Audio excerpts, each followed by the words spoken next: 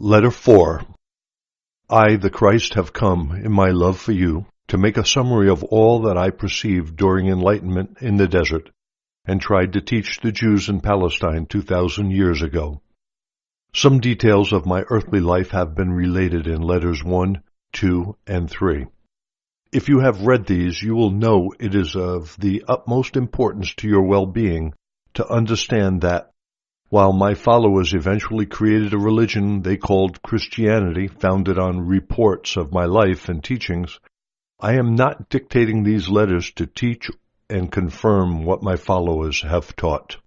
Christianity is a formal religion which, purely for reasons of expediency, took on many beliefs contrary to the spiritual truth of our source of being. What has the spilling of blood to do with universal spirit? As you must now realize, my teachings from the very beginning of my mission on earth in Palestine has always been born of the highest spiritual truth of existence, having nothing to do with human concepts and rationalizations as taught by human minds. Therefore, I repeat emphatically, while my persona on earth 2,000 years ago was that of Jesus, the purpose of my presence, the Christ presence, within these letters is to reach sensitive and inspired souls, to teach them how to draw on divine assistance during the future horror in which the world will ultimately be embroiled. For this reason, my powerful longing to rescue those who can receive me has been crystallized in the form of truth of existence within these letters. Know this. Heed it. I would have you know, and take particular note, that I came to the Jews in Palestine 70 years before Jerusalem was razed to the ground. I came to the Jews to warn them that their code of conduct would be of no value to them when the future time of travail came upon them, sending them out into a hostile world. It is recorded in a gospel that I wept in despair, lamenting the fact that I would have gathered the people as chicks beneath a mother hen's breast to protect them in their time of destruction, but the people would not heed me. Instead, their religious leaders put me to death. But after the dispersal of the Jews, when their temple was taken from them, did they learn from their experiences? Did they wonder why such a catastrophe had overtaken them? No. They continued in their old traditions and belief in their superiority, although repeatedly historical events proved to them that they were subject to disasters as were other people. At this very time, they have chosen to ignore the truths of existence as I taught them in Palestine, and are bringing upon themselves the self-same conditions as followed my earthly life in Palestine. No matter where they may reside, their materialistic values, their head-for-an-eye traditions, are drawing to them the human sorrow they have created for others down the ages by their arrogance and greed. Everything they have endured, they have brought upon themselves. This also applies to those who, through expediency, have allied themselves with Jews because of their financial power within world financial spheres and world markets. Who is it keeps the vast majority of the world population hungry when there is sufficient food stockpiled to feed people adequately, if profit as a motive for existence were abandoned? Given the will, financial leaders could formulate and embark on plans to distribute the surplus of goods to the underprivileged. If they were to do so, they would find the entire universe responding with blessings. World economy would flourish and peace would become a world condition. Before this can happen, what has already been created in consciousness and by aggressive debased actions worldwide must first be drawn into materialized human experience, not as retribution, but as a natural working of the laws of existence. Rest assured that countries who resist the evil of others are only resisting the consequences of their own seeds of consciousness and actions in years gone by. Therefore, bully boy tactics, the ferocious attack of the mighty upon the weak, no matter how intransigent the weak may appear to be, can only bring even greater times of trouble for the bullies. Where they experienced a pinprick, they are stockpiling in consciousness the future devastation they are presently dumping on others. Perhaps they should regard the pinprick from the weak as a bugle call to alert them to their downward slide into moral decadence. Because such people are constantly breaking the laws of existence and drawing destruction of an unparalleled magnitude upon cities and earth, it is my intention in this letter not only to summarize all that I taught and lived in Palestine, but to spell out clearly the underlying causes of your approaching world crisis, which I did not cover when last I came to mankind in speech. These letters have been written prior to the most crucial time in your history, and when the travail is truly upon you, you will wonder why I did not warn you earlier. But I have to tell you, through receptive minds I have been trying to alert the world for the past 25 years, but neither media, nor publishing house, nor TV was prepared to listen and give me the opportunity to speak to you through my agents. Politicians could reach you, but I, the Christ, could not do so because of the hardness of your hearts and your refusal to concede that I, the living Christ, could return at this time through deprogrammed and dedicated minds to warn nations of what they were creating for themselves in the future. The churches, who claim to believe in my existence, have been as self-absorbed in their own humanly conceived religious traditions as have the materialists. Now, at the 11th hour, when fear has descended on the masses, and they are prepared to heed my words, the doors must surely open, or again my efforts for humanity will have been in vain. I have come to say there will indeed be a sorting of the goats from the sheep, as has been recorded in the Gospels in the Bible. The sheep refer to those souls who can peacefully receive the highest spiritual truth yet dispensed on earth. The goats refer to those who do not have the capacity to listen to anyone or anything because they have too great a rebellious spirit and ego drive. Why will they be separated at this time? They will be separated because those who are able to receive the truth contained within these pages and to live by the guidelines of the law of existence will find that although the next period of world history will be bitter indeed, they will continue in comparative peace and protection, fulfillment of need, and upliftment of spirit. The goats, unfortunately, will have to endure all the horrific force of their innate rebellious consciousness. This is not a punishment from someone on high, but a natural working out of the law of existence. What you carry in your minds and hearts will eventually externalize in your body, life, and environment. When you resist and rebel, life offers resistance to you in the fulfillment of your desires. I have long since ascended to the highest frequencies of consciousness vibration in the celestial kingdoms and am divine consciousness itself individualized. My consciousness can encircle the globe to whoever calls on me.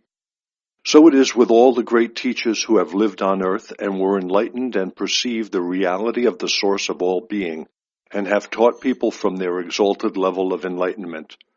They were lifted in spiritual power to penetrate the dense veil of human consciousness and perceive what truly lay beyond the world of matter.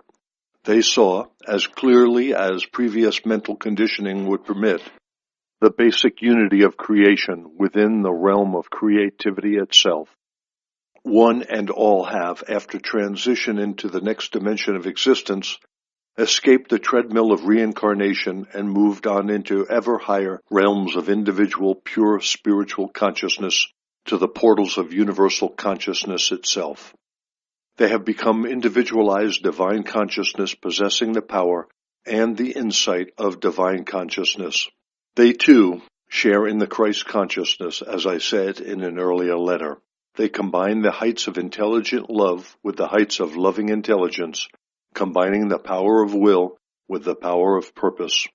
They are equally male and female in their drives. They are the perfect demonstration of strength and nurturing. They are the perfect example of what all men and women should be striving to attain. To attain to such perfection of being, the human spirit must set aside all divisions and rivalry. Whoever may be your acclaimed prophet, you can be assured that he is life itself and powerful within the brotherhood of all great teachers. Each prophet, each teacher, has perceived the same reality and lived in such a prayerful way as to ensure he will eventually achieve the goal of every man, perfection in paradise. It is vitally important you should understand this and realize that the divisions you make between your teachers are wholly erroneous, because we are all united in our common source of being. We are a brotherhood of beings of life, each manifesting through our individuality the highest truth of our source of being. We are equal in purity, power, beauty, grandeur of spirit, and love. Therefore, the sheep of every religious persuasion, those who have sufficiently evolved in spiritual understanding of the fundamental unity in your source of being, should swiftly seek to unite an equal brotherhood in your towns and countries and reach out and bond with your spiritual brethren worldwide, irrespective of all that is taking place in the external world. You should transcend all religious differences, Christian, Muslim, Sufi, Jew, Israeli, Palestinian, Hindu, Buddhist, etc., and regard yourselves as all being equally within the safe haven of universal love and universal intelligent protection, at peace with yourselves, with each other, and with those who are determined to fight to a finish. Only in this way will your planet survive the turmoil which lies ahead of you. I have also returned to all those who are neither Muslim nor Christian nor Buddhist nor Hindu. I have come to those who desire, nay, long, to know the reality behind all existence. I have told you that I came in the persona of Jesus to the Jews in Palestine. I might well have said I came to the Arabs in the persona of Muhammad, since Muhammad and I are of one spirit. To divide us into persona having different names, Jesus and Muhammad, or Muhammad and Jesus, is the same as giving identical twins different surnames, because one teaches literature and the other teaches math. We are both of Christ consciousness, both individualizations of divine consciousness. When on earth, we both spoke of a God of love and mercy, according to the way in which our humanity permitted us to perceive our inspired knowledge from God. You must bear in mind that we were both human beings who had been deeply conditioned by our traditional beliefs inherited down the ages. Therefore, our inspiration came to us through minds already possessed by other ideas. As I have previously told you, inspiration, unless directed into a clean, deprogrammed mind, will always take on the overtones of convictions derived from early childhood conditioning. The rational mind, which takes over when the inflow of inspiration ceases, begins to explain the new knowledge and insight in terms of what is already accepted by the human mind. But as I have already told you, I was a rebel almost from the outset of my life and could not accept the Judaic beliefs. I was a clean, eager, receptive, open-minded vessel into which the truth of existence could be poured in the desert, enabling me to see universal consciousness clearly. Now our perceptions are of the very highest order. We are of one mind, one life, one love, reaching out equally to Muslim and Jew and Christian, Buddhist, and all people, atheist or agnostic. Our only motive in calling to them is to bring them inspired, heart-changing insight, which will enable them to recognize their essential underlying brotherhood in spirit, encourage them to think new thoughts, relate to each other peacefully with forgiveness in their hearts, and thereafter live their lives differently, drawing light from their source of being. We would both speak of universal consciousness to you who are living in this present scientific age, because you have traveled far into scientific understanding and can now receive what we both have to say. Together we say with one voice, heed, listen, we and you on earth are all one at the very roots of our being. Whatever destruction you hand out to others, you are also handing out to yourselves. We must make it clear that we have come to all people of good sense, good will, and good heart, irrespective of their present race and religious beliefs. We embrace, love, draw you all into our consciousness mantle of protection and safety. We are aware of your problems on earth at this present time. We are aware of the centuries-old conflict between Judaism and Islam. But this rift has nothing to do with us. Your squabbles leave us unmoved. Why jeopardize your own good, your own future felicity by fighting over some concept which is meaningless and therefore without value? In reality, you adhere to your chosen religions because in the depths of your heart you are all reaching out to the source of your being, although you call your source of being by different names. We are both aware of the struggles of individual Jews to live a good life, and of individuals of Islam to truly reverence and venerate Allah throughout the day, attributing all they do and achieve to His power working on their behalf, and of Christians immersed in their beliefs of salvation by the blood of Jesus.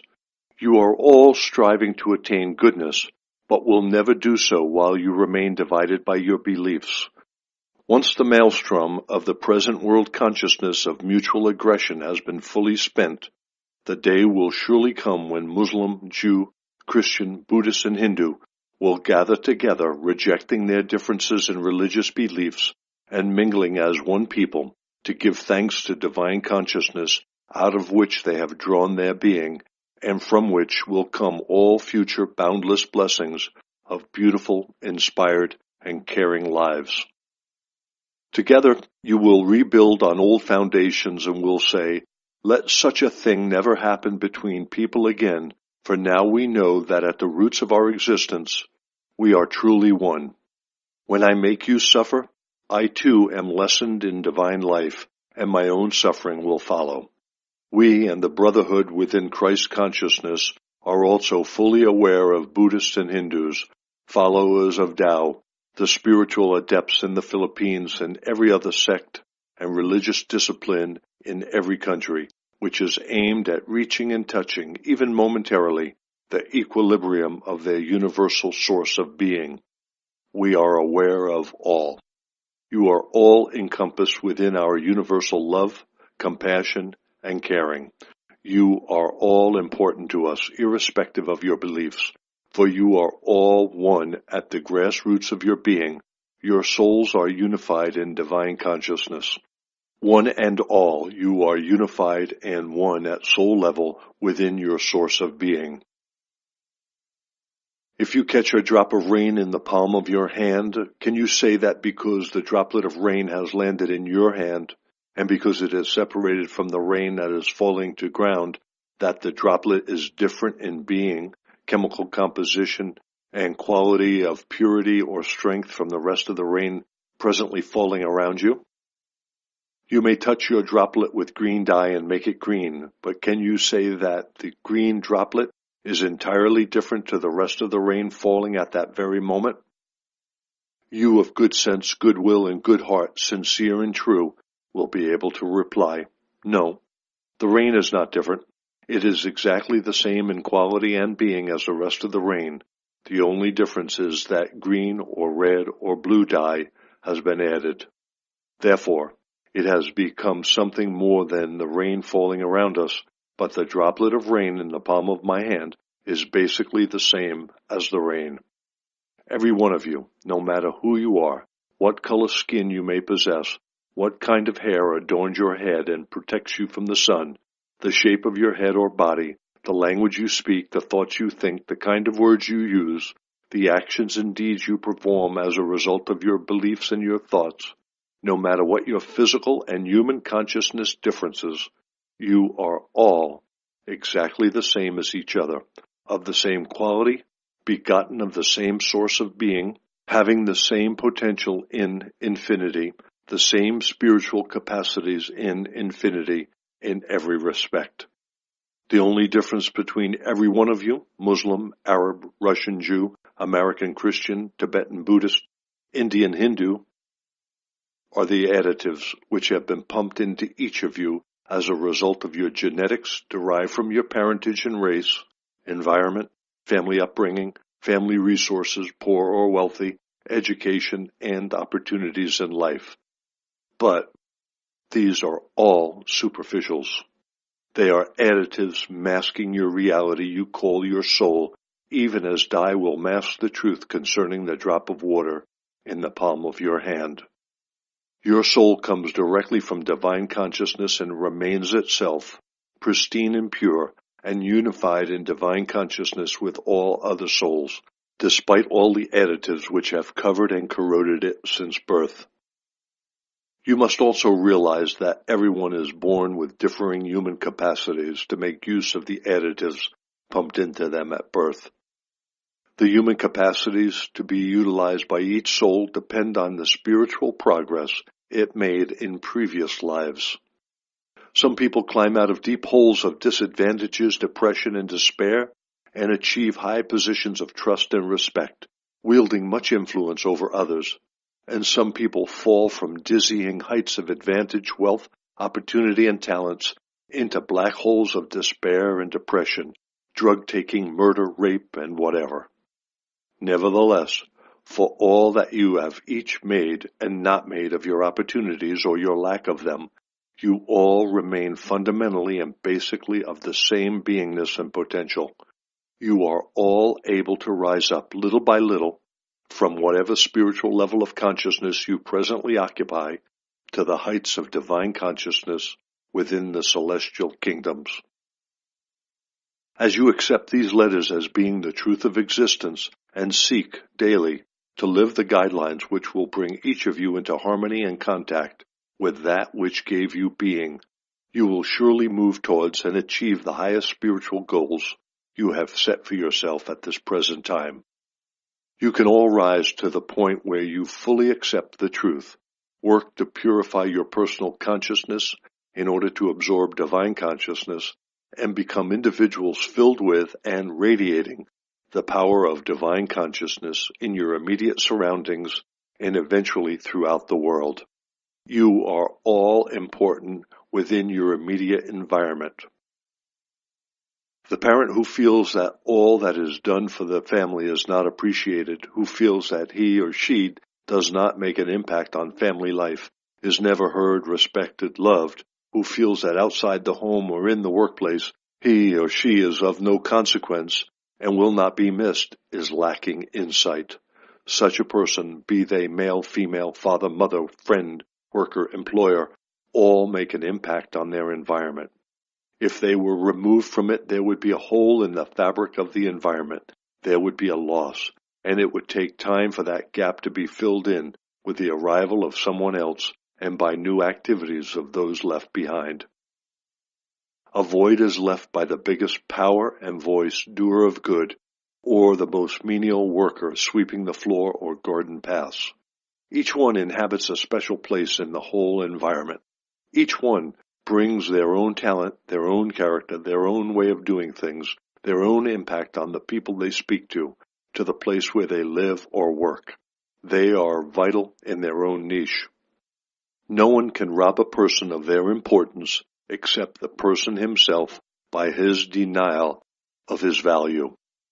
No matter if a person is born handicapped, they still have their unique place of importance in the family, the environment. Sometimes they occupy a greater position of importance than if they had been born whole and perfect. Their achievements arouse wonder and respect. The impact they make on the environment depends entirely on their will to be, their will to act, their will to radiate goodwill, their will to make the most of their opportunities, their will to be special for people by making other people feel better than they did before the contact took place. Every condition arises out of the will, which is exercised at all time. Some have been born with great willpower, others with less. But the moment that a person fully realizes that all willpower has been drawn from universal consciousness, and willpower can be increased by calling on one source of being for increased willpower, so does the person begin to realize that willpower is not limited after all. It can be drawn, according to the magnitude and strength of one's faith, from universal consciousness itself.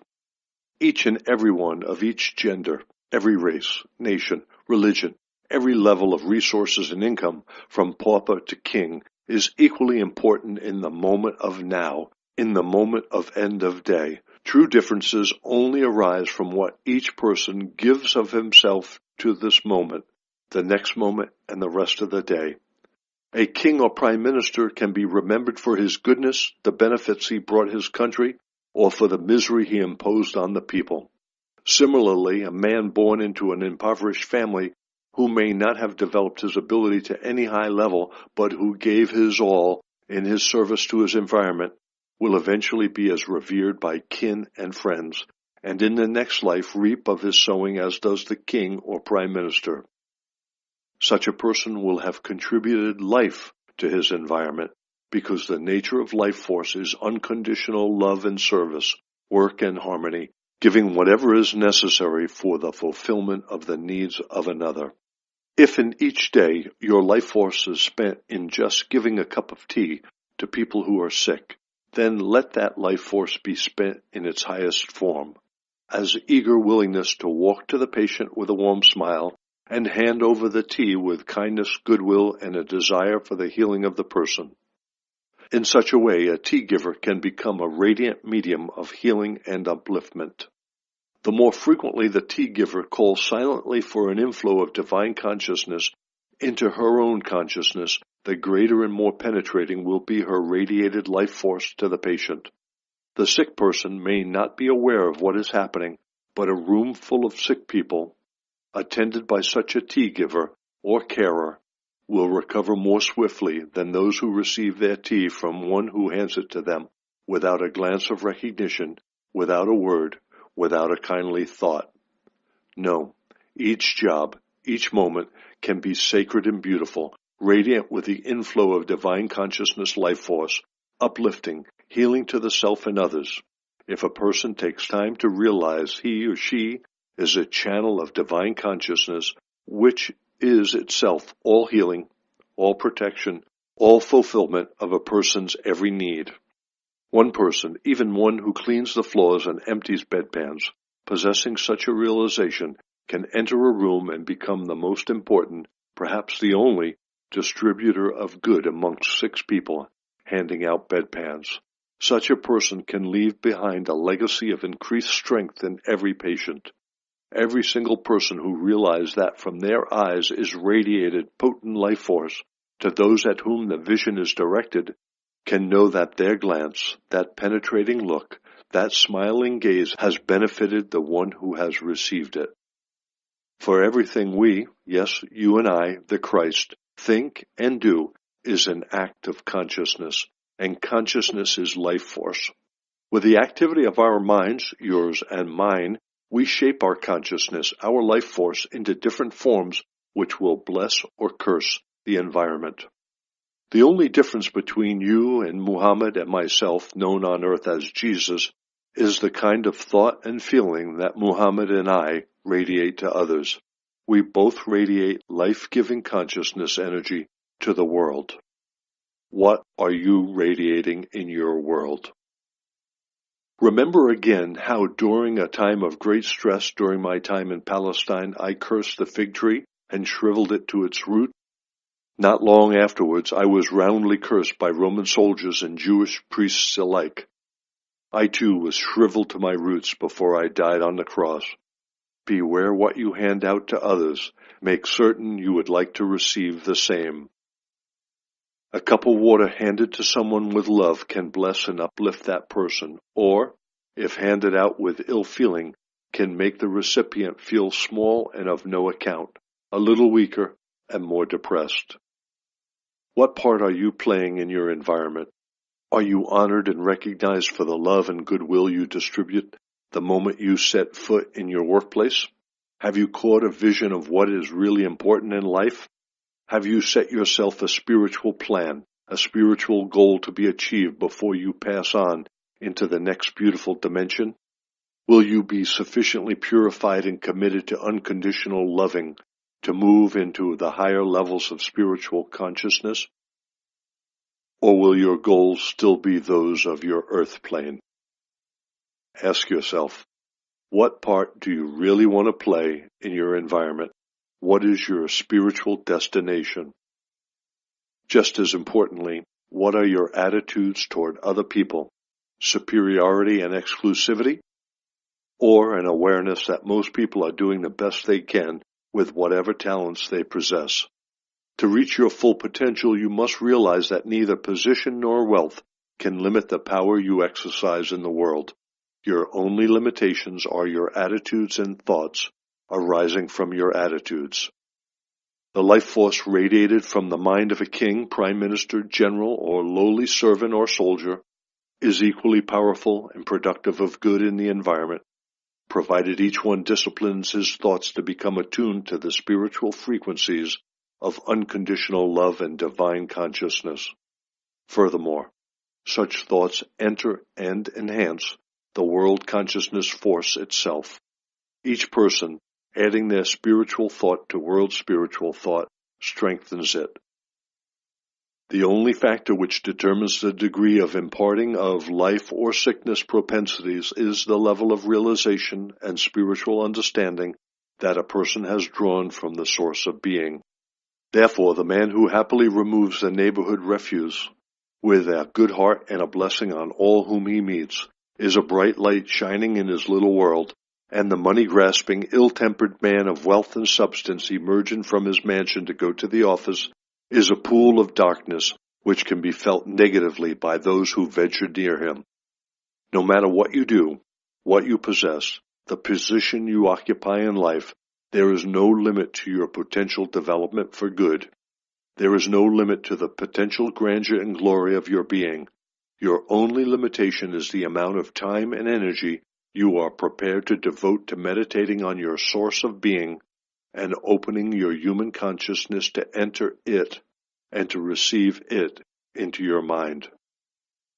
Therefore, religious leaders, revere your congregations, because you do not know what spiritual insight and progress is taking place in the minds of those who may appear to be very humble and of no account socially. Religious leaders, cease your criticism of other religions, because you do not know the heights of spiritual knowledge, insight, and enlightenment their adherents may have attained. Religious leaders, realize that you, yourselves, are only as spiritually advanced as is your personal perception of reality. If you have no perception of what lies beyond the veil of your material world, you may be religious, but you do not have a spiritual consciousness. This is the true ideal, the true aspiration, the highest goal, to understand and experience the reality behind and within all things, giving them their individual being. You may call the reality God, Allah, Jehovah, infinite intelligence, divine mind, or divine consciousness, or the Tao. All these names mean the source of your being, your creative origins. You can have no higher aspiration than this, to understand and experience the reality behind and within all things, giving, maintaining, and sustaining all individual being. This was the goal presented to you by every enlightened teacher who has come to earth. They all shared the same vision, the same realization and understanding. Such teachers were held in high esteem, but few of their followers understood what they were being taught. Each man placed his own interpretation on the teacher's words. Each man's interpretation arose out of his personal conditioning and bias. In your present lives, remember at all times that your thoughts, words, deeds not only have a bearing on your future life, but also affect the people with whom you are relating at any moment. What are you, employer or employee, personally contributing to the successful operation of the business in which you earn your daily bread, be it a factory, farm, shop, or professional office? What are you giving to your employees or fellow workers in well-being and good feeling? What are you doing for the entire building? For the building, you may ask in amazement, but I repeat, what are you doing for your building, your vehicles, your entire business venture? Everything. Bricks, mortar, steel, glass, paper, metal, tires, engine, and petrol is permeated with the consciousness you exude as you go about your daily affairs. This is the reason why some people leave a trail of destruction behind them, because they have an ill-humored, irritable, critical, destructive consciousness, and others keep their possessions intact and looking new for years because they appreciate and cherish them daily. Everything on your earth is the energy of consciousness made visible, be it in the form of solid inanimate matter or living plasma. With your thoughts, you feed or destroy whatever is in your environment. What are you doing to your family, home, and environment? Are you grumbling, denigrating, destructive in thought towards your work and other people? Then rest assured you are leaving a little trail of destructive consciousness behind, which will help erode all that it penetrates and imbues. If you focus on the desire to love, to accept, to work with gladness in your heart, then everywhere you go, you are shedding a consciousness of strength, blessing, and growth. When I was on earth in Palestine, I was dealing with Orthodox Jews who believed in and upheld codes of conduct so rigid they bordered on cruelty. Their traditional laws were inhibiting, depressing, confining, and ridiculous. I brought to these people a new vision of an eternal Father, which was both transcendent to themselves and yet everywhere present, ever aware of their needs, and of such universal love that they could rest assured it was always the Father's will to fulfill those needs.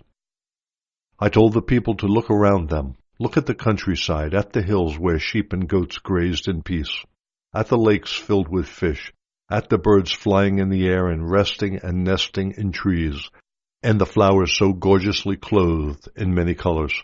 I told them, look, understand what you are seeing. You are seeing a world where everything has its needs, and everything has those needs fulfilled. How can you doubt it when you see sheep living entirely on grass? What does the grass contain that it feeds fleece, bone, blood, and flesh and produces young? Are you not witnessing a marvel of supply? Look at the needs of birds, how wonderfully they are provided for. They have shelter in trees and seeds for strength. As for people who have their needs of housing, food, and clothes, the Father has given them the entire world from which to fulfill their needs. Muhammad, after enlightenment, perceived the same indwelling universal spirit, both existent and active in all things. We, Muhammad and I, spoke to our fellow countrymen of the same inspired truth, and asked them the same kinds of questions. Is such an all-knowing Father, Allah, divine consciousness, not also aware of your deeper needs, your needs of love, health, and prosperity? How can you doubt this? Only have faith and your needs will be supplied according to your faith. It is your lack of faith which withdraws energy from the natural flow of Father, Allah, love in your bodies, relationships, and lives. So often in despair, when on earth in the person of Jesus, I exclaim, would that I could tell you and show you and make you see how it is that the Father knows your needs. Would I could show you how you yourselves contribute to making of your own tomorrows and the tomorrows of all those who surround you. If only I could help you see that you truly reap as you sow. If only you could see the truth of existence as I saw it when in the desert in Palestine, you would know then that your thoughts and actions grow in magnitude and strength, day by day, and take on an outer form exactly as the seeds of plants go into the earth and grow, taking on ever greater outer form of stems, leaves, and fruit as each day passes another. I could show you how important you are every second of the day in the fabric of your home, your work, and your country. I long to help you see how your thoughts are the origin of all your good and evil. They are the very ground of your good and evil. If it be that evil comes to you, do not look at your neighbor to see whence has come that evil. Look within your own hearts and see when last you were at odds with someone destructively, by slander, falsifying truth, rejection, criticism. That was the moment of the birth of your present grief. You have been told that you must wrest an eye from whoever takes your eye, but I tell you that this is foolish. If you have your eye gouged from its socket and you likewise take your opponent's eye, you will probably find yourself shortly without a hand and leg. Better to stand stock still, raise your mind and heart to Father, Allah, Divine Consciousness, and pray for help and healing and protection from any greater calamity. And pray, too, for your adversary, because any ill feeling you have toward him will only draw more pain and distress towards yourself. Forgive him, pray for him, and you will bring into being blessings for yourself, not because you have pleased the Father, Allah, or done the right thing, but because your consciousness will attract blessings into your experience. You will be truly blessing yourself as you pray for blessings for others. But let not this be your motive. Otherwise, the blessing is tainted by your self-regard. Always, in any situation when you are threatened, stop, stand, turn, and call on the Father, Divine Consciousness, for help, and watch the deliverance. It will surely come. I tell you beyond all fear of contradiction that if any of you will live in the protection of the Father, Allah, Divine Consciousness, by radiating goodwill and love to everyone in your life and country, and even your so-called enemies, you will never be attacked. You will never know sorrow. You will never be subject to any of the human ailments and misfortunes which the human consciousness creates. You will be enfolded in a mantle of light and love. Divine Consciousness will flow into your mind, your body, and your life. People may be falling ill around you, felled by an attack, or drowning in an agony of fear, but you will walk the same path conscious that no one has the least human power against the power, the source of your being, which has given you your own being and life on earth. No one may deny this statement, since no one who would want to deny it has reached the level of spiritual consciousness where such protection is a normal occurrence. Therefore, how can they deny this statement? And I speak the selfsame truth to those who have reached the level of spiritual consciousness which perceives the universality of the Father, Allah, Divine Consciousness, and its abundant love radiated to all and everyone. Such spiritual adepts strive to live within and radiate that love, and you will gladly confirm that this is a truth I have stated. They will have experienced the miraculous protection and fulfillment of need, and will know they can relax in the Son of the Father, Allah, Divine Consciousness, goodwill, and love.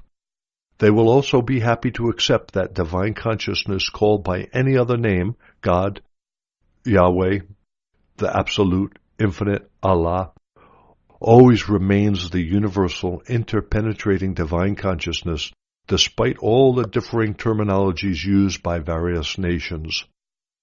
They will have reached that level of spiritual awareness where they can perceive that behind all color, language, beliefs, actions of whatever kind, all people, all creation itself, is one at the grassroots of their being.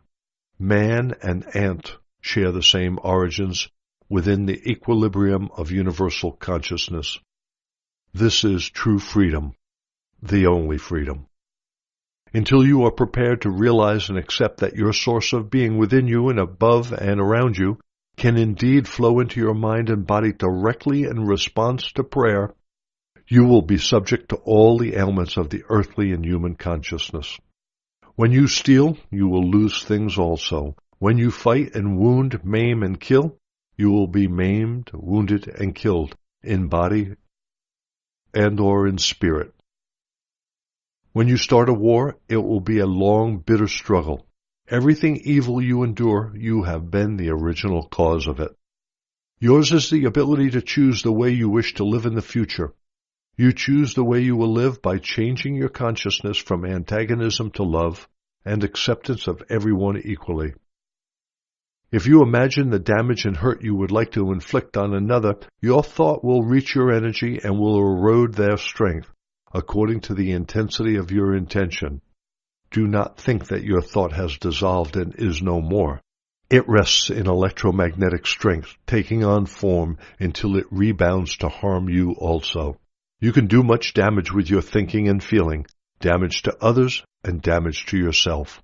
Therefore guard them, the tools of your creativity, well, and at all times turn to the Father, Allah, Divine Consciousness, and ask for relief from any thought which is contrary to true unconditional love. According to the power of your prayer and the sincere faith in which you raise your mind to divine consciousness, your thoughts will be imbued with a new life and love. What we, the Brotherhood of Illuminates, the enlightened ones in Christ consciousness, are about to tell you is of vital importance to the world generally. We speak equally to Christian, Judaism, Muslim, Hindu, Buddhist, and to every religion and every race of the world. We speak to all because each and every one in the world needs this instruction to make it possible for you to move on to the higher levels of spiritual awareness. Your personal and sexual relationships between men and women are of far more importance to your overall well-being than you can presently even imagine. We deal with these relationships at length in the following pages, only because it is absolutely imperative, vital, for you men and women to wake up to the basic reality of your male and female individuality and identity and the true source of gender differences. You must fully understand the true origins of your male and female bodies and characteristics. They are not just bodies created with differing physical organs and modes of sexual expression in order to create children. They draw the origins of their masculinity or femininity from their very source of being, from within the equilibrium of universal consciousness. I am telling you this before you read letter 5 so that you will study that letter, bearing in mind what I am telling you now about your sexuality. Therefore, if the sexuality of a man and woman is not used in conformity with the divine consciousness intention expressed in the original act of creativity at the time of the Big Bang, it is obvious that although the sexuality may produce children, it will not bring to men and women the unity of being and personal fulfillment and joy it was meant to bring. In fact, the reverse is true. Eventually, the sexual act itself brings disappointment and satiation, after which any love previously felt by partners drains away. With knowledge and understanding, spiritually based men and women will make every attempt to transcend their present state of consciousness in regard to male-female relationships of any kind, no matter what those relationships may be, sexual or otherwise. They will strive to express within their minds and hearts the purposes for which they were created in different forms. They will understand the origins of their differing innate impulses, temperaments, and modes of self-expression, and will value them. They will use their differences to enhance the well-being of each other. Competition will disappear. As this happens, they will tune into divine consciousness ever more easily. As they tune into divine consciousness ever more easily, so will they transcend into higher levels of spiritual consciousness. At the moment, your approach to your sexuality is your barrier to your ascension in consciousness. It roots you in your humanhood. We cannot emphasize sufficiently that you have not discovered the truth of your existence until you have fully understood and sought to implement in your daily lives, in your homes and workplaces, your full comprehension of the true meaning of man and woman. You have been told that you must not commit adultery, but I tell you that when you desire your neighbor's wife or husband, you are making pictures in your thoughts which will affect the thinking of your neighbor's wife or husband. He or she will begin to think about you in the same way, or will feel uncomfortable in your company, feeling your sexual need, and will avoid you in the future. What is in your mind will surely come into being in the world, so do not fool yourself that you can daydream and conjure up pictures pleasing to yourself which will damage no one else. For this reason, your pornography literature is truly a blasphemous desecration of your source of being. It is a sexual scourge deliberately whipping up sexual appetites, releasing through lustful men's minds untold suffering and misery on the bodies, minds, and emotions of female young. What you have perpetrated and are presently doing has helped bring your civilization to its present edge of destruction. Rest assured, the day of reckoning will come for you who publish and distribute the printed sickness, and it will come for those who use it to arouse themselves. You in the Western world have earned the contempt of the East due to your decadent foolishness. you will not escape what you have sown, and you of the East will not escape your foolishness in your callous attitudes toward your women who bear and raise your sons and precious daughters. Some of you, in ignorance of truth, for your own selfish purposes and gains, have made a mockery of the truth of Muhammad. You have shrouded your women in heavy garments, denying them freedom of movement and of Allah's fresh air, as they venture out amongst other people.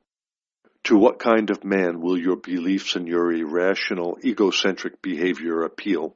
Only to men who have no kindly feeling for women. Is it such followers that your prophet Muhammad would have attracted when he was on earth? No, indeed. He appealed only to the most spiritually minded of people. What kind of imagery or picture of your prophet are you sending out to the rest of the world?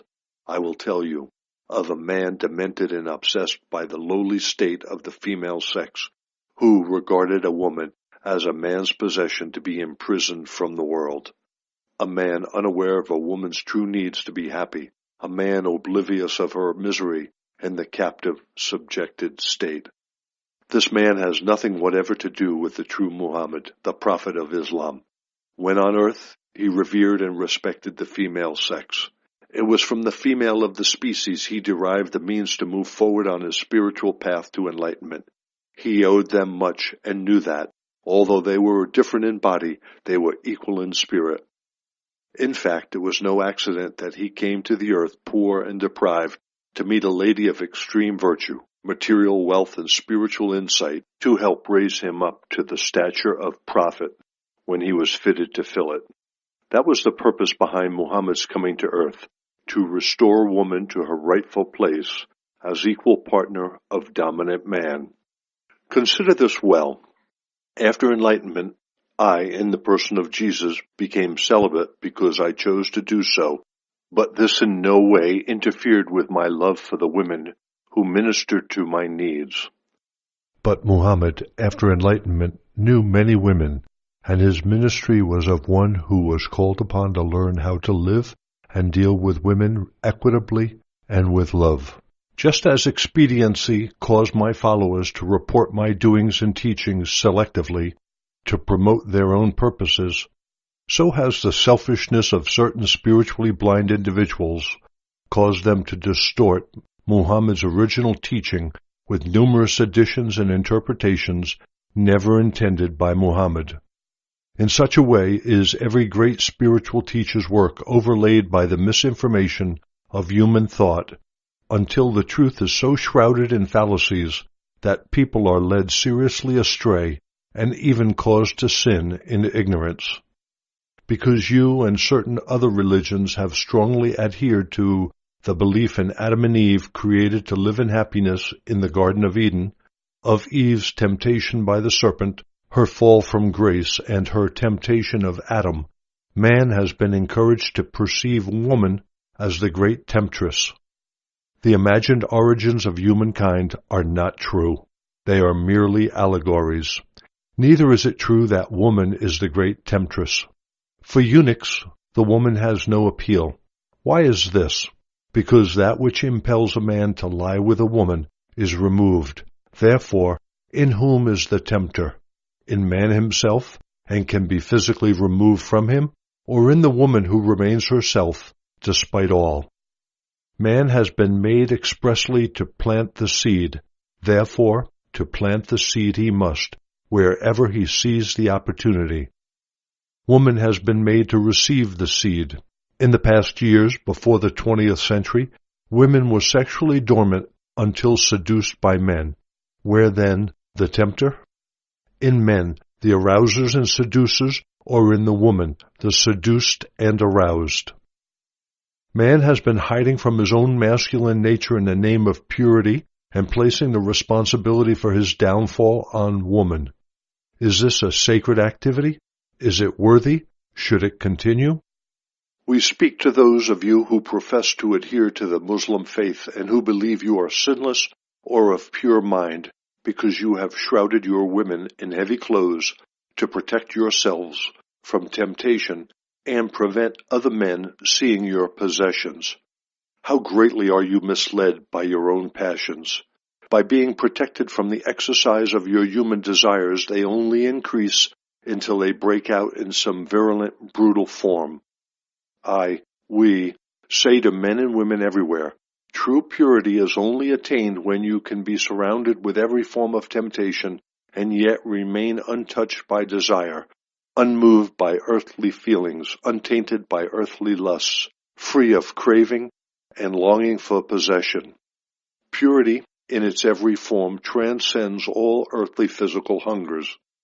Purity is the ability to see temptation for what it is, grossness of thought and feeling, which traps the senses of men and women into doing unclean things.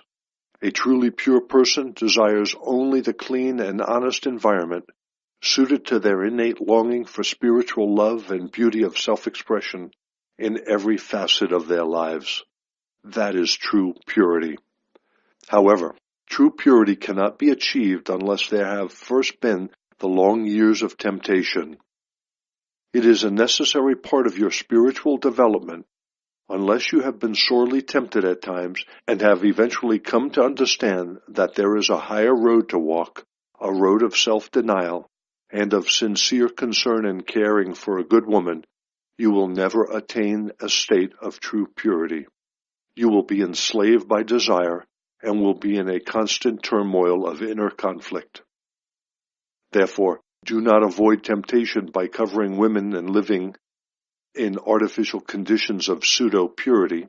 Rather, men and women, remove your clothes.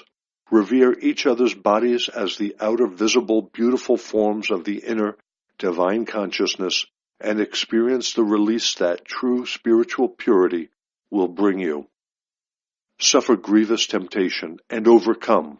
Take your conflict to divine consciousness and seek its power to help you overcome your physical longing, for only in this way will you find the freedom, the peace of mind you are basically seeking.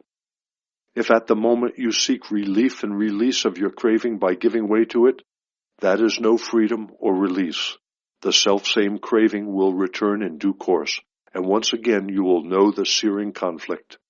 If again you give way, again the conflict, even more intense, awaits your decision to stand firm in the power of divine consciousness until the craving is finally subdued by perceiving the sacred beauty, the reality behind and within all physical form. The highest spirituality between the sexes is when man and women can be together naked and at peace together in a state of mutual reverence of soul, mind, heart, and body. In such spirituality, all they feel for each other is love and regard for the well-being of the other.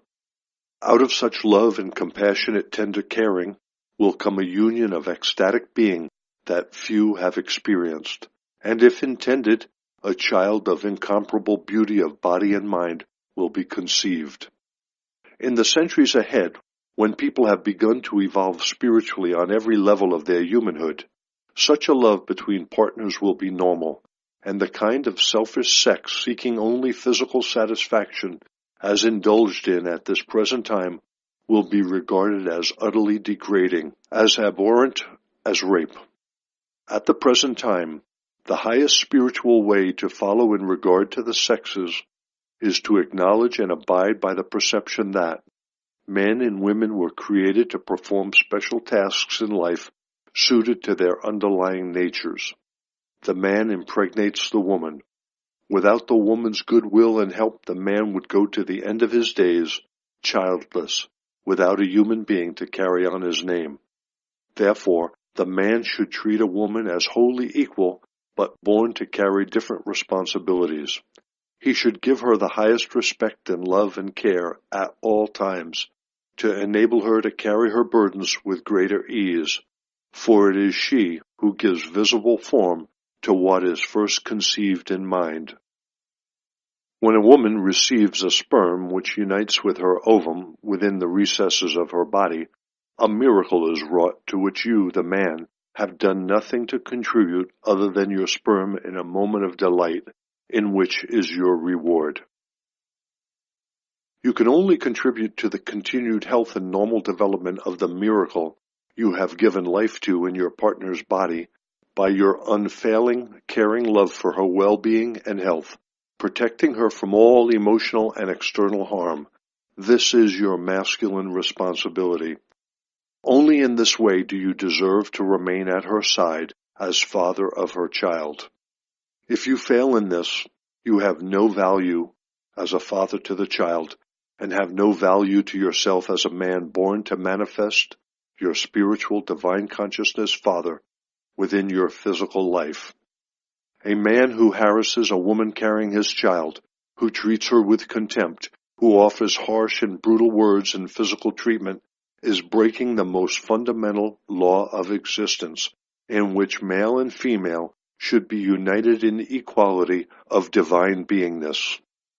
Women who are respected and loved and protected should equally respect and love and offer refreshment of spirit and body to her partner, nurturing his capacity for giving of himself to her. A woman who does not nurture her partner with caring, tenderness, and love is depriving his masculine spirit of the will to endure in face of difficulties he encounters in the external world.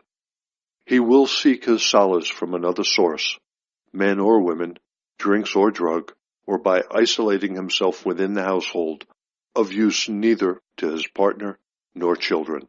Therefore, men and women have an equal responsibility to cherish each other. Just as the man must learn to channel daily the father aspect of divine consciousness toward family and work, so must woman learn to express the mother aspect of divine consciousness in her daily life. Those who deny this truth will be denied access to the celestial kingdoms until they have increased their spiritual perception and prayerfully changed their attitudes.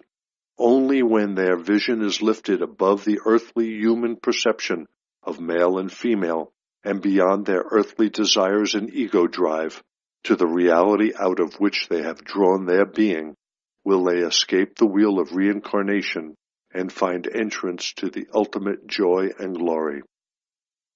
If within a culture a woman is regarded only as a possession, an object of a man's desires, and not treated as a woman, absolutely equal with a man, such a culture has not understood the true nature of man and the true nature of woman.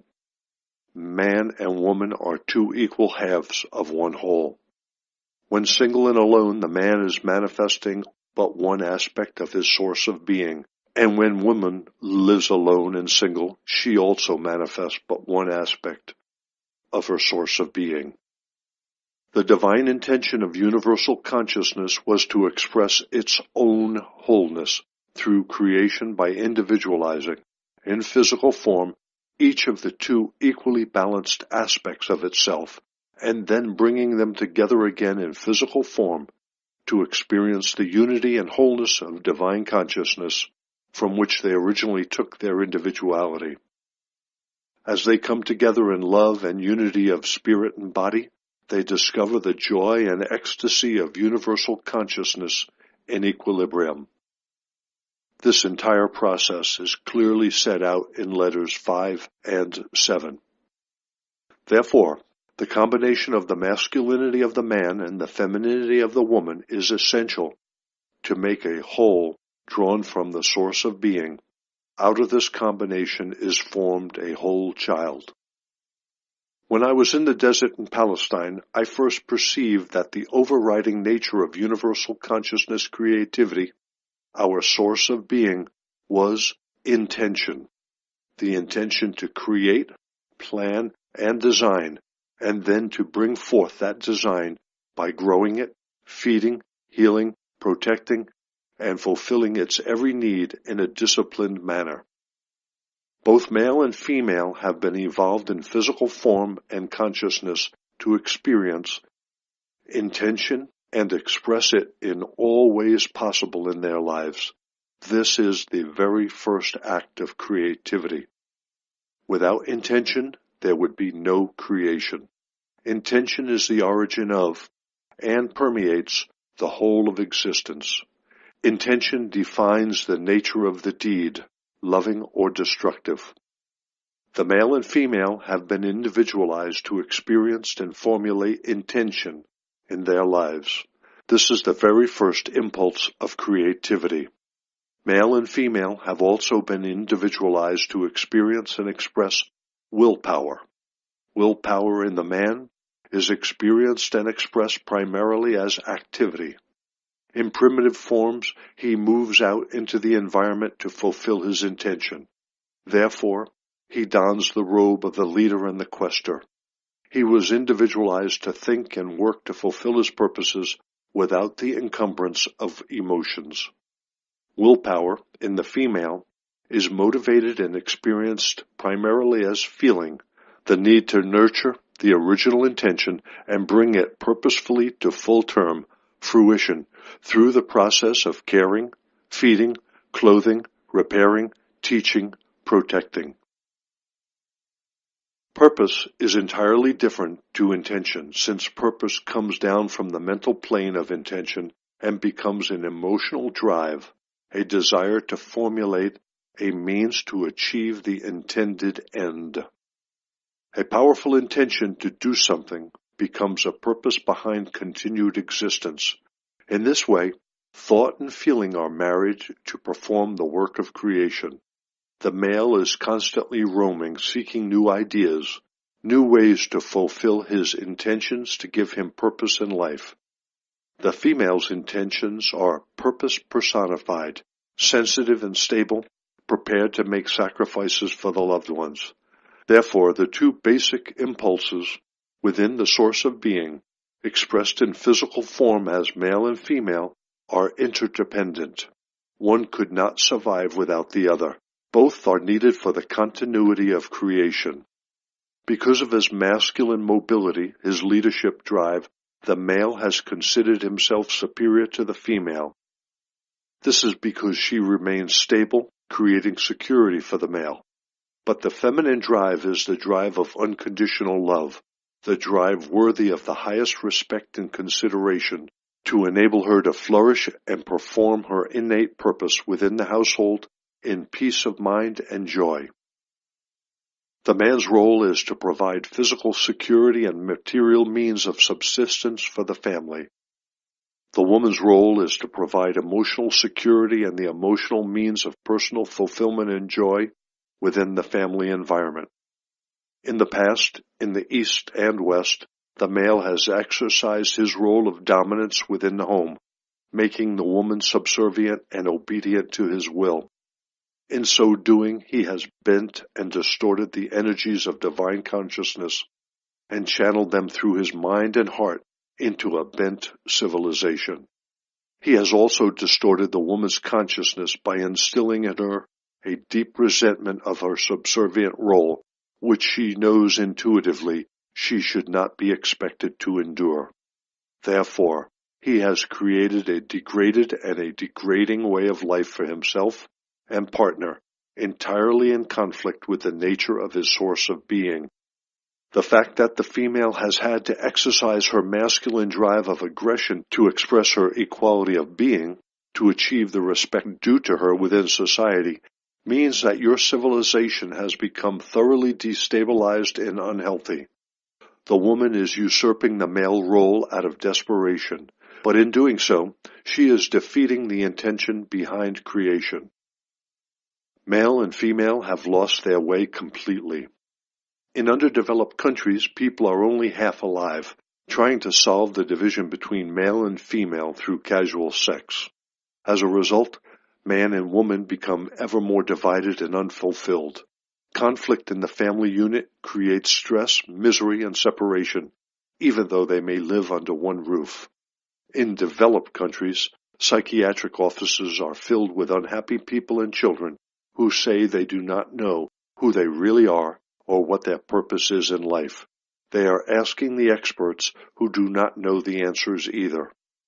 It should be remembered also that each person, male and female, have lessons to learn in life which can only be learned in the sex and the race in which they find themselves.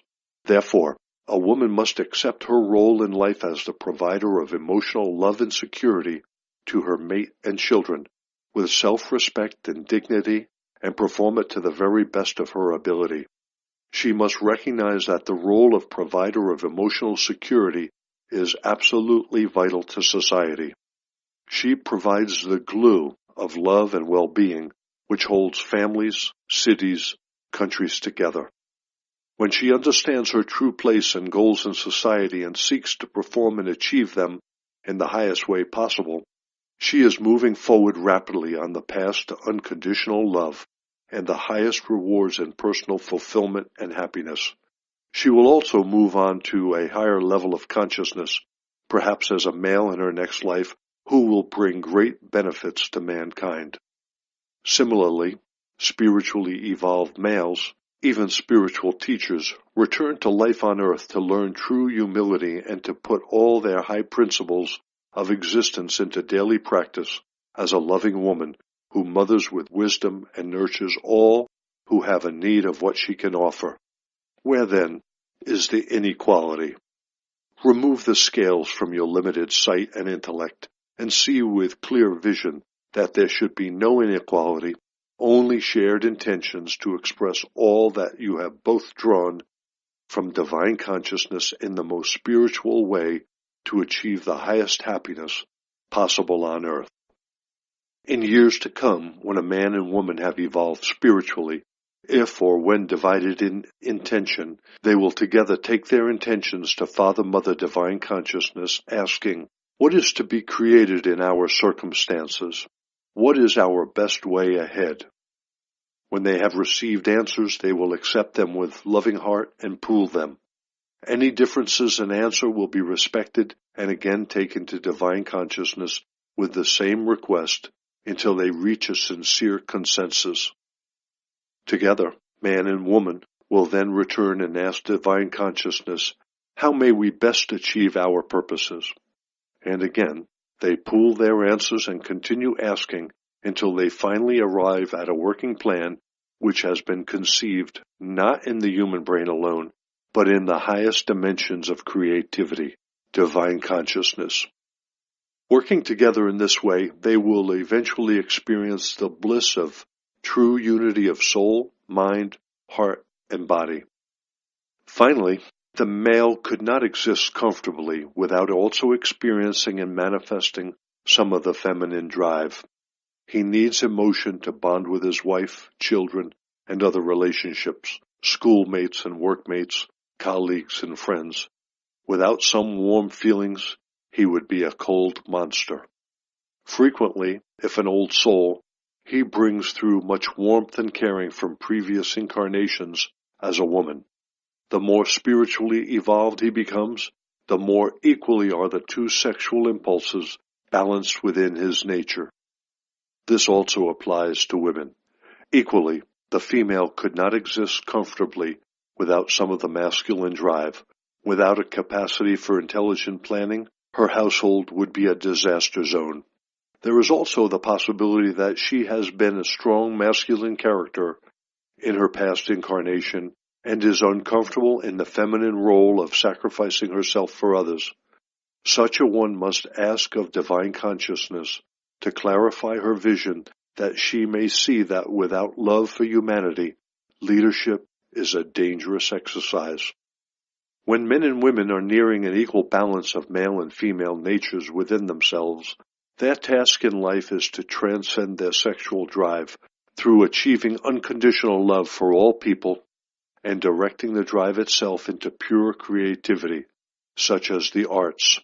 Of such people are masters made, masters of themselves, masters of creativity, masters of human consciousness, masters of matter. Unfortunately, at this present time, your men and women who are nearing equal balance of male-female natures within their one nature have no guideposts as to what their true goals should be. They have lost their way and have created a spurious society amongst themselves, in which the joy and personal fulfillment they seek is negated by their preoccupation with bodily functions rather than with spiritual achievements. They will remain unhappy people, torn with conflicts, until they discover the truth regarding who they really are. In speaking about the feminine role in life, it must also be said that many of your modern women in developed countries have achieved a high degree of masculine drive in the past 100 years. They must choose their priorities in life carefully. They do not have to sit at home stagnant and bored, but they will become happier, more fulfilled people if they turn their intelligence and abilities to creating new modes of constructive life for the whole family. At the moment, they may not know how to do this, but meditation will draw into their minds the necessary inspiration on the best way to use their powers of leadership and talents for the happiness of all. Men who have developed greater capacity for empathy with women and their fellow man will also, through meditation followed by inspiration, find higher ways of expressing their capacity for leadership in their work, bringing happiness to others. Why have we, dealt with the matter of the sexes in such depth? This has been absolutely necessary, since the battle of the sexes, both in the East and West, is creating unhealthy conditions on earth. It fosters aggression and festers as anger and hostility. Sexual freedom has brought the world to a crisis point of extinction by the impregnation of AIDS. All viruses are created within the destructive consciousness forces. You must understand that human beings have created their own viruses. Every virus is a destructive living consciousness impulse made visible. It targets what the impulse of destructive consciousness targeted at the moment the virus took on form. I was very clear about this aspect of existence when I was on earth in the persona of Jesus. The Jews had the rigid tradition of washing cups before drinking from them. I told them explicitly that they should not be worried about what went into their mouths. They should be concerned about what came out of their minds and hearts and then out through their mouths. At that time, science had not discovered the presence of viruses, but it was agreed that disease came from eating and drinking from dirty utensils. But I knew that the diseases had originally come out of the minds and hearts of savagely angry people. Therefore, it was propagated by the division of cells, but it carried within itself forever the instinct and consciousness which initially brought it into being. AIDS has been no accident. It has emerged from the consciousness forces of self-indulgence and destructive emotional relationships between sexual partners. Submerged hatred and anger can drive people into a sexual act, leaving a residue of sickness behind it in the mind, emotions, and body. Because emotional attunement has not always motivated the sexual act between men and women, they have known severe disappointment and the lack of release and fulfillment. When this happens, the male sexual energy dwindles. It has to be rekindled by images of sexual perversions. As a result, pornography has become big business in some countries. It panders to the body instincts alone. Out of pornography has come a lack of respect for women and a mechanical, non-emotional sexual act, together with rapidly increasing rape and child sexual abuse. People giving way to these abominable acts of depraved cruelty will surely reap the consequences, either in this life or a future incarnation. Therefore, when followers of Islam condemn the West for their lax sexual behavior and perversion, they are right to believe that it is bringing down unhealthy conditions on earth. These unhealthy conditions are not sent by Allah, but are a natural consequence of their breaking the laws of existence. Similarly, the followers of Islam are breaking the laws of existence because they, like the Jews, hold to the tradition of an eye for an eye and believe that there is such thing as a holy war. There is no such thing as a holy war. There is only the reality of holy forgiveness and holy reconciliation, treating your brother, be he your enemy or friend, with love and understanding. None of you may break the laws of existence and hope that you may enter into the kingdom of heaven or paradise.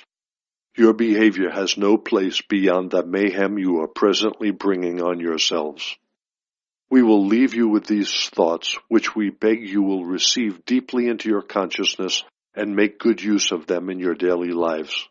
We strongly urge you to band together, irrespective of religious beliefs, in small groups to use the letters as guidelines for your daily lives.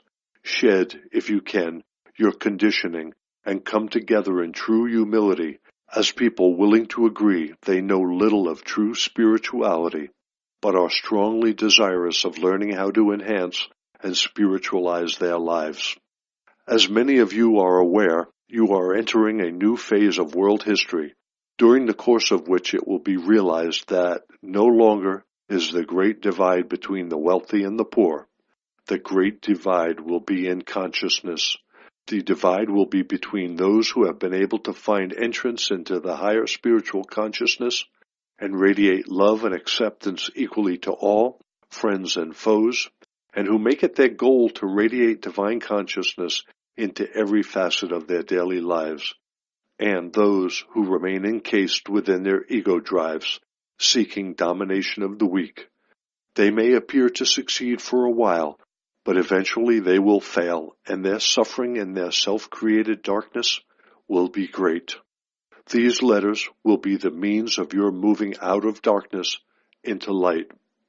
As you seek to raise your frequencies of spiritual consciousness through radiating love to all unconditionally, so will you be going through a slow ascension in consciousness, which will dynamically affect your physical health and your earthly conditions. On you, brave people, will rest the upliftment of world consciousness. You will emerge from the coming conflict strong and purposeful, and will proceed to build another type of world consciousness. You will introduce the beginning of spiritual and technical and economic progress and world peace for centuries to come. I, the Christ, have spoken. We, the Brotherhood of Masters, speak to Christians, Muslims, Buddhists, Jews, Hindus, Sufis, and to every religious persuasion of the earth. You are all encompassed in our love. For this is true.